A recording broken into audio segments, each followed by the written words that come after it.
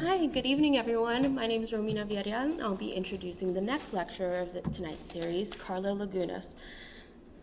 Karla Lagunas is a multidisciplinary artist whose work spans painting, sculpture, performance, video, and installation. As the firstborn daughter of Mexican immigrants who settled in Las Vegas during the 1990s boom, Karla Lagunas navigates the hegemonic structures of American life, interrogating the cost of assimilation and the performances required to belong. Her practice transforms paint, canvas, wood, and rope into immersive environments that critique these systems while unapologetically embracing and exposing the strategies of survival they demand. Lagunas' work has been exhibited at venues including the Marjorie Barrick Museum of Art, Palo Alto Arts Center, the Momentary. She has collaborated with Meow Wolf, activating live painting performances and organized inclusive performance events such as Radar and the Outdoor Desert Biennial Project. A former artist in residence at Z Forge in Hudson, New York, she continues to foster community through experimental and participatory art practices. In addition to her exhibitions, Lagunas is a published writer contributing to Southwest Contemporary and the Desert Companion. A recipient of multiple grants, including the Nevada Arts Council Project Grant, Lagunas is currently pursuing her MFA at UNLV. Her work challenges societal scripts with radical authenticity, blending disciplines to explore art as a tool for connection, critique, and self-actualization. Without further ado, Karla Lagunas.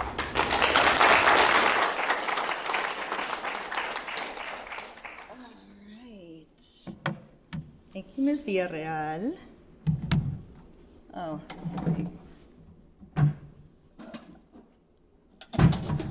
Just in case. Let's see. Hello, everyone, and thank you for being here. I'm grateful for the opportunity to share my work in my thesis exhibition, American Girl. This project is how I process my experiences as the eldest daughter of Mexican immigrants, how I navigate our current administration, and how I integrate all of myself into my practice as an artist. Through this work, I untangle the contradictions in my personal and public life, as well as my responsibilities as a maker, daughter, sister, and community member. Last Friday, these ideas culminated in a performance at Donna Beam Gallery titled I've Been Dragging the Wagon, where I embodied the weight of expectations to a point of dramatic absurdity. Directed by Adriana Chavez through a clown methodology, this performance engaged a direct, vulnerable, and reactive relationship with the audience. Unlike other forms of performance art that dissolve the fourth wall, clowning uniquely centers a need to be loved. The clown is not a puppet, but an active conduit for their desires. I am fascinated by clowning for its contradictions. Conventional thought resists marking as foolish those bodies already marginalized, whose intelligence and worth are constantly contested. I have feared being seen as anything other than smart or failing that cute and sexy, but clowning makes these anxieties farce. Suddenly, being stupid, ugly, or cringy becomes a way to connect, to be loved.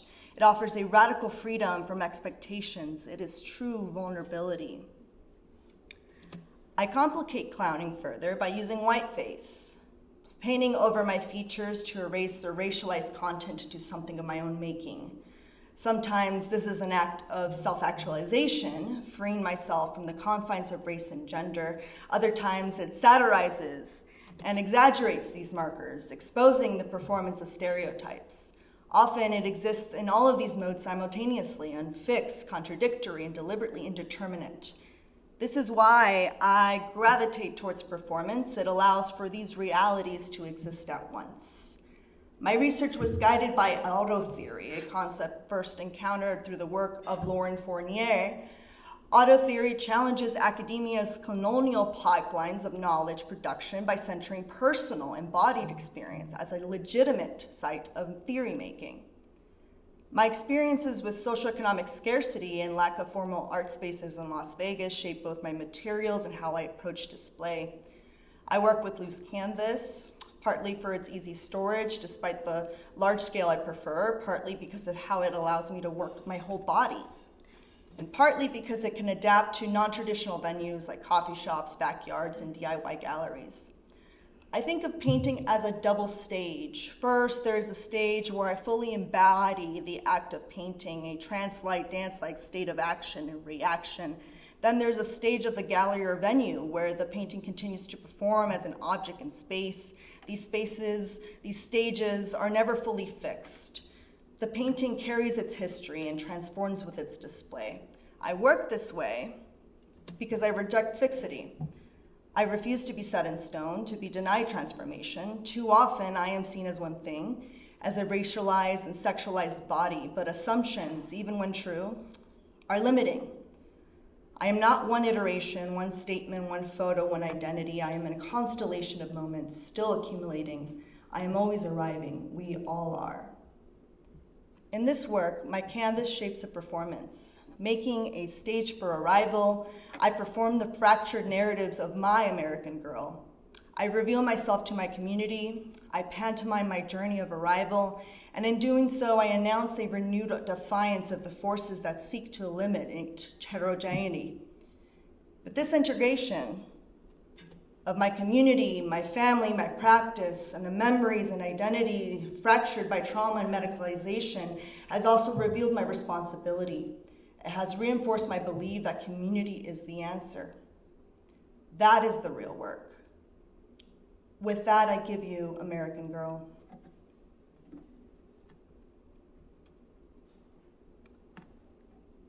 I love the pun, the slippage of language, innuendo with enough plausible deniability. Getting the joke was always an achievement for me, only because English is my first language, or my second language rather, but because for a while, my exposure to American pop culture was extremely limited. The feeling of being outside of an inside joke is familiar to me. I believe that is why I like the title American Girl. Could you assume my positionality to that term? Is it a reference? Is it said in pride? Is it a piece of dramatic irony? Maybe that's my sense of humor. Did you get the joke? Art is liberatory, but I am kneecapped by my desire to be accepted and understood.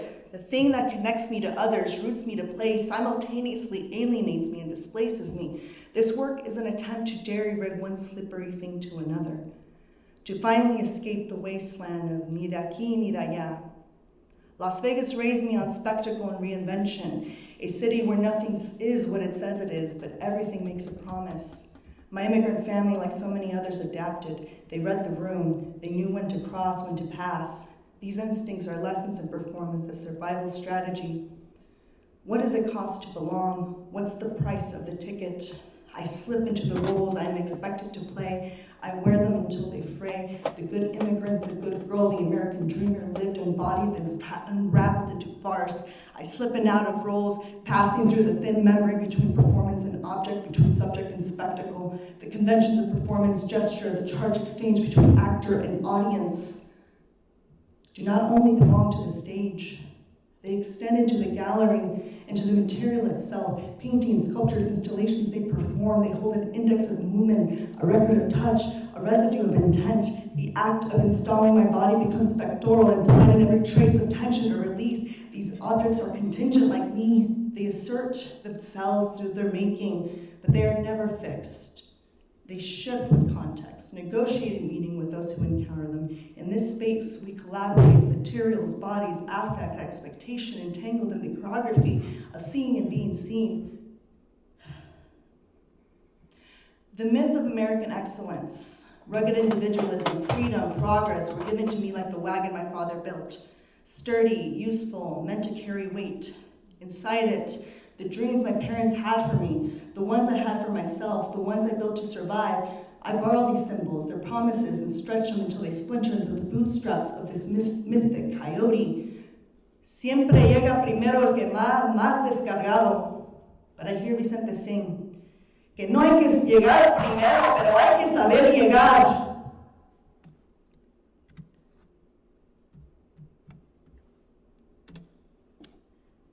The first confrontation. The threshold. My body, painted larger than life, looms over the entrance. Lit by a stark spotlight, the canvas is monumental, not simply in scale but in presence. The light is interrogative, blinding. I squint under its intensity, refusing to look away, refusing to shrink.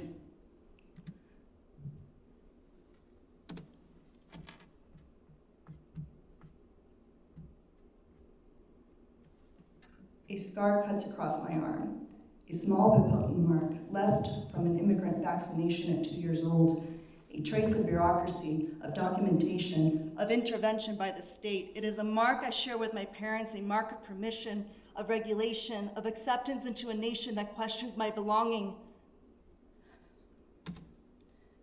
The canvas itself is torn open, a vertical slit running down its center. This is not a passive active viewing. You must walk through my body to enter the exhibition. You must step into my skin, into my mark making, into my scrutiny. This is the performance of arrival. This is the first negotiation. At the center of the gallery sits the wagon, a relic, a vessel, an object that both transports and holds weight. It is the thing I pull and the thing I emerge from. It is my history, my inheritance, my father's labor. This is his gift. This was his gift to me, and everything it holds. The American dream is always in motion, always deferred, always just beyond the horizon. My father built me this wagon, and I've spent my life pulling it forward. On the night of my performance, I emerge from it. It becomes a stage, a container, a rebirth. The question lingers, do I carry this weight willingly? Do I leave it behind? From the wagon, canvas spills outward, cascading across the floor, stretching towards the mezzanine. It is unruly, excessive.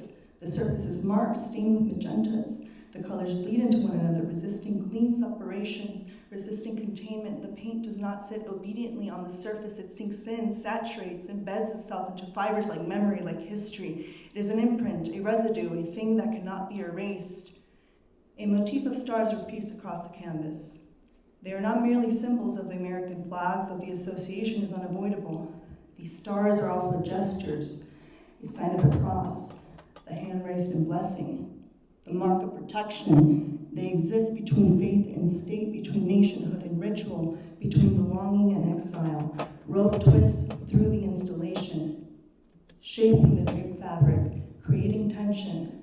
This work pulls in two directions, one towards gravity, surrender, collapse, and the other towards ascent, flight, transcendence, the weight and the lift, the struggle and the release. The chairs in the gallery are not mine. They were brought here by my community, by those who chose to be here, who chose to witness. They encircle the wagon in anticipation, making a presence before the performance even begins. They suggest a town hall, a circle of deliberation, a space for testimony. They are evidence of the gathering. They remain long after the performance ends, their presence lingering as an imprint of those who sat, who stayed, who watched. At the farthest end of the gallery, beyond the spectacle, beyond the performance, beyond the weight, beyond the endurance, there is a bed.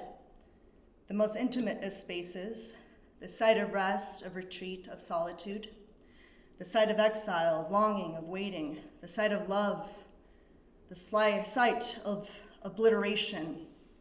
It is a question of rest, a question of what comes next. January 25th, 2:43 a.m. They talk about farm workers not showing up to work the fields for fear of being deported, kitchen staff getting fired when they cannot provide documentation, reports of ICE somewhere here on Lamb. I read a New York Times article Tuesday about an executive order to remove birthright citizenship. I thought about American Girl. I thought about the possibility of this executive order. By law, I would not be an American girl. I brought this up to my mother on Wednesday. A phone call through rush hour traffic. I wanted to take the temperature. She reminded me that my father was a citizen, that he had been since he was a boy. She wasn't worried. She is a permanent resident. But these are laws, and they can be rewritten. We are the lucky ones, I am sure. I asked about the neighbors, the ones I helped from some form for a loan during the height of COVID, sat in their kitchen with a mask and a face shield and translated legal jargon for them as best as I could. They weren't eligible for unemployment or stimulus packages. I felt their vulnerability in my chest. We are the lucky ones, I am sure. More recently, their son was asking about a FAFSA form. He was going to UNLV. I promised to read over any scholarship applications. I asked about the neighbors. They weren't worried.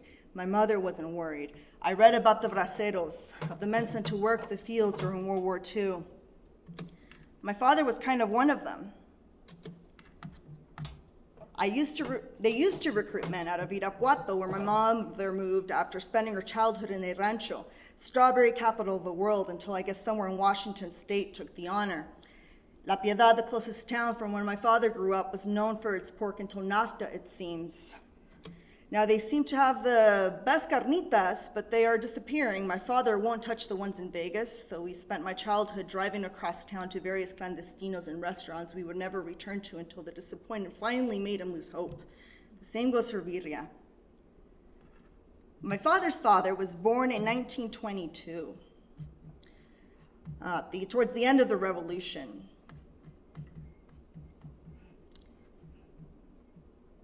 100 years ago now. My grandfather's parents lived through a revolution that overthrew a dictator. I must ask what they did. I know they weren't soldiers. Well, as I understand through the stories my father told me in a rare car ride, just the two of us, as we traveled to and from Irapuato and La Piedad on the occasion of the spreading of my uncle's ashes, there were land reforms. The new government seized the haciendas and divided the land against the poor and the indigenous, which turns out kind of means the same thing. Well, as I was told, it was hard to make more than a subsistence farming off the little land they would get, and some land was better suited than others. As Mexico industrialized and cities began to grow, people began to sell their land. My grandfathers took seasonal work in the U.S. My grandfather Juan, the one born in 1922, worked farms in San Jose, California, construction in Chicago. My grandfather Heriberto, born in the 40s, did both things, and factory work, also in California and Chicago. It was a pipeline. My director, Adriana Chavez's grandfather, did the same, and her family lived 30 miles from both of mine. Fernando Monzon, who received me in my tent after my defense and sewed my curtain on my wagon, his family originated 33 miles south of my father's family. My mother spoke to both of them minutes before my performance. We all make a little square in the center of Mexico. There are family trees that intermingle across these borders. Because my grandfathers crossed back and forth, one of his children, the other alone, they were able to gather capital. My grandfather Juan bought a large piece of land to farm with the money they all saved. My grandfather Heriberto bought a house in Irapuato and started a business in recycling. It was because of my grandfather Juan that all his children, my father, the youngest son at the time, became U.S. citizens. All 15 children got their citizenship along with my grandmother. It was probably much easier then, but I understand it was a rarity in the 1960s. My grandfather Heriberto was not able to secure this for his children. You can imagine this afforded my father several privileges. He can come and go. He went to school briefly in southern suburbia of Chicago, Blue Island, Illinois, where I was born the year NAFTA was drafted, the year a progressive presidential candidate was assassinated in Mexico. Probably not related, as the U.S. is known for their excellent diplomacy in Latin America. I don't know how he survived the racial abuse. He told me a story of how a white boy picked a fight outside of school, called him racial slurs, tried to steal his lunchbox, his Peter Pan lunchbox. This was 1969. He was 9 years old. My father beat him with his fists, although in a later retelling, when I was an adult, a plank of old wood was involved. He was never fucked with again. My father's niece, my cousin, later became a teacher in that elementary school. She taught most of my mother's nieces and nephews in Blue Island. A good chunk of both sides of my family have lived here now for over 3 generations. For whatever reason, my mother and father did not remain in Blue Island long after I was born. That winter we were back in Mexico, quite frustrating for my mother. My father seemed to not to be able to decide where to raise his family. My brother was born in the following winter. Like me, he learned to walk on the farm. My brother and mother endured a border crossing. I remember all the hours in horrid fluorescent rooms waiting for my mom to talk to some person behind the counter, papers and folders of documents, a room full of people, their children similarly crawling on the linoleum floor. I have a hard time remembering my father in these rooms. My brother was very proud of his citizenship award in elementary school. He memorized the state capitals and the presidents in order. He recited the Emancipation Proclamation. He wrote an essay about how proud he was now American. I remember feeling mixed about this. I was vaguely aware of the post-9/11 jingoism, but I suppose it meant something different to him, citizenship. I never had a wish for mine. I was at a mariachi recital tonight. Dozens of schools, middle and high schools. My friend Mariela, who is Guatemalan with a Mexican husband, invited me to see her daughters. As I entered the threshold of the middle school, a group of rambunctious Latino boys crowded the entrance. I felt the familiar tighten of my shoulders like I was back at Grant Sawyer or Lawrence Middle School, as if I wasn't old enough to be their mother. Bro, what if the migra comes and takes me right now? Dude, what if the migra comes? I don't slow down to catch their exchange of hypotheticals. I find the gym. Everywhere I see little mariachi boys and girls, the gym is full of people on bleachers, on tables, on the basketball court, behind tables serving tacos and nachos and ceviche. Families. Most are brown and Latino. I don't see Mariela. I find a spot on the bleachers to scan the room. I start to cry when Son de Negras played by 20 middle schoolers. I blink and scrunch my face to avoid the tears from streaming visibly down my face. To distract myself, I locate the exits and plan of egress. I do this at every school. I've done this before December 6th. I'm not anxious as I do this. I'm always relieved to know there's always a scenario I survive. I see the crowd of people. I could imagine my parents somewhere out there. I see versions of them and the parents at my brother's soccer games. No one is dressed for a formal event. This is a regular night. My parents rarely went to my school events. They would go to award ceremonies, only to wonder aloud why I didn't win more awards. They went to the track regionals. I was in the 800-meter relay. My mom went to one play. I was the lead-in. They went to every one of my brother's soccer games. They went to all of his practices. I later understood the social aspect of this. They must have felt uncomfortable in spaces that weren't largely Spanish-speaking. They only socialized under these environments, and with the odd white coach who would host the postseason soccer party at their beautiful home with the pool. February, over martinis at Petit Bohème, my brother confessed feeling like I did, alone, emotionally unsupported. We wept openly as we agreed that we don't blame our parents. We agree they have changed. We agree that we are getting closer, all of us. We both apologize for not connecting sooner. Mariela is a volunteer behind the line of serving tables. I was given 4 tacos immediately after a big hug. I said hello to Lucio, Mariela's husband. He had a Krusty the Clown apron. He was cooking an insane amount of tacos de pastor, the kind you make on a flat top. I compliment the apron. He takes it off to show off his sweatshirt. It is orange with big 01 in black. I don't get the reference. He explains in the show in the 70s to 80s, Dukes of Hazzard, General Lee. I make the motion of the car flying over a ravine. I forget where he immigrated, but he was only very recently able to see his father after what I understand was decades. When I left the gymnasium, the view of the city stunned me. It had been returned some years now since I've been able to feel this way. I felt like I had returned after a long, long trip. I located Charleston by the string of lights between the stratosphere and downtown. I headed to my car, now a great distance from the others in the dirt lot across the street from school. I saw a very young couple snuggling under a stop sign, keeping each other warm. For one desperate moment there, he crept back in my memory. I reminisce about when I was an American girl. I had a white boyfriend and a big lifted truck that rattled the neighborhood when he dropped me off. So much so he would park a block away as to not wake up my dad or have my mother suspect I was with a boy. We have nothing to do, and we would go to the edges of town and never get tired of seeing the city. The east side was especially exotic to us west siders. If they had a car, I was in it. They always kept a blanket in the back seat. Like 1950s, American graffiti. I did everything short of wearing their varsity Letterman jackets. I never really cared for Lana Del Rey, but I see the appeal.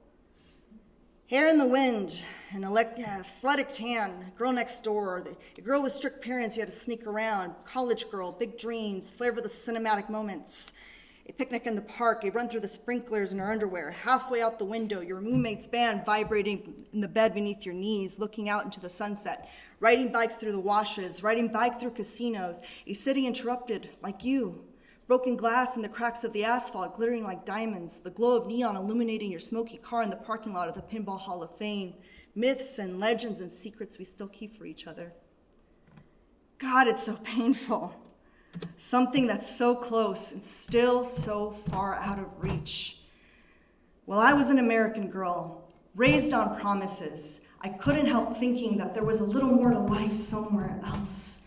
After all, it was a great big world with lots of places to run to. Yeah, and if I had to die trying, I have one little promise I was going to keep. Thank you.